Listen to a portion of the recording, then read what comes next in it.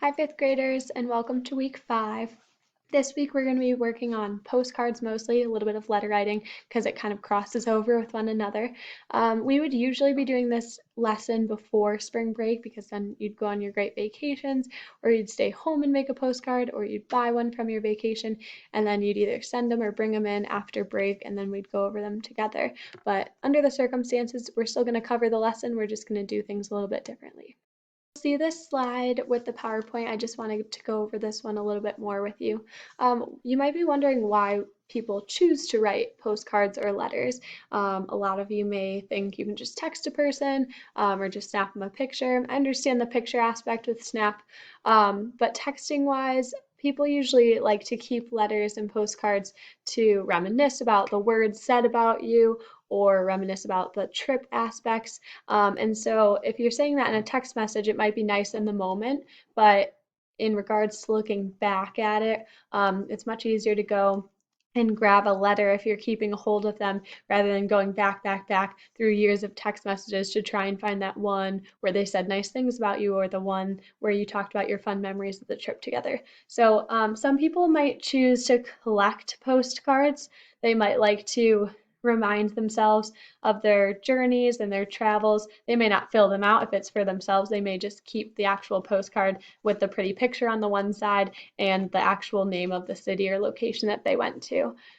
Some people like postcards because if they're sending it to a friend, it's so small of a writing area that it makes sure that you're concise with your words. It really forces you to pick either the best aspects of the trip or the things that you're most wanting to share with that person. So it kind of forces you to summarize what's happening or the best moments, which is nice.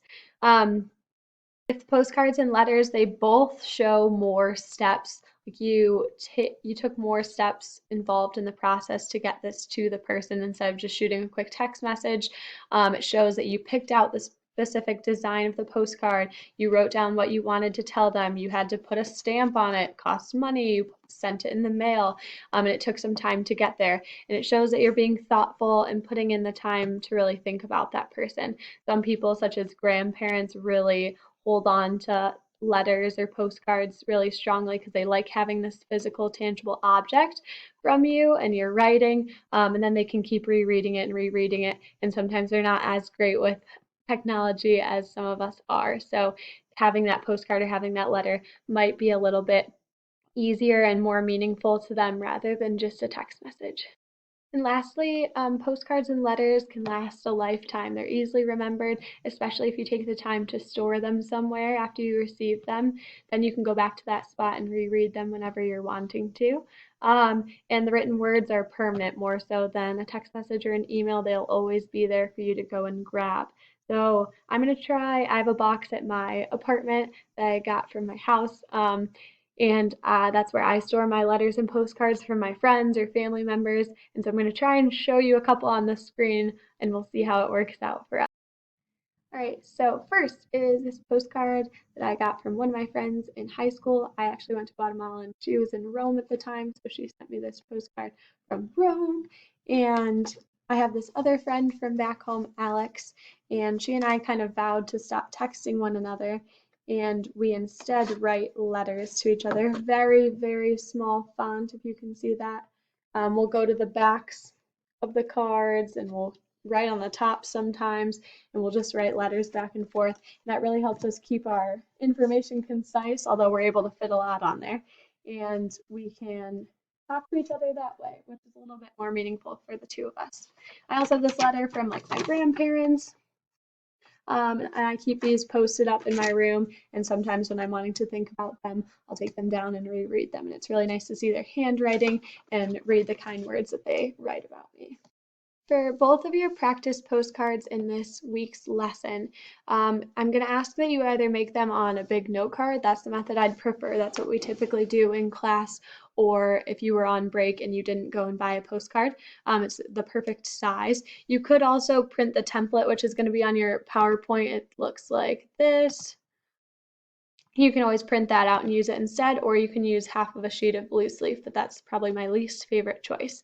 The first postcard you're going to work on, the directions are in the PowerPoint, And for this one, you're going to do all 6 parts of the postcard as labeled earlier in the PowerPoint. And for this one, you're going to write to a famous author, actor, artist, dancer, or singer. And I'd like you to include the 6 parts.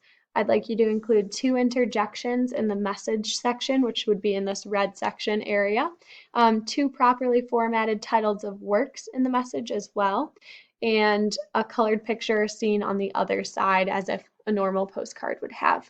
I have an example on this PowerPoint of one I would have written to Emma Watson. So if I click to that,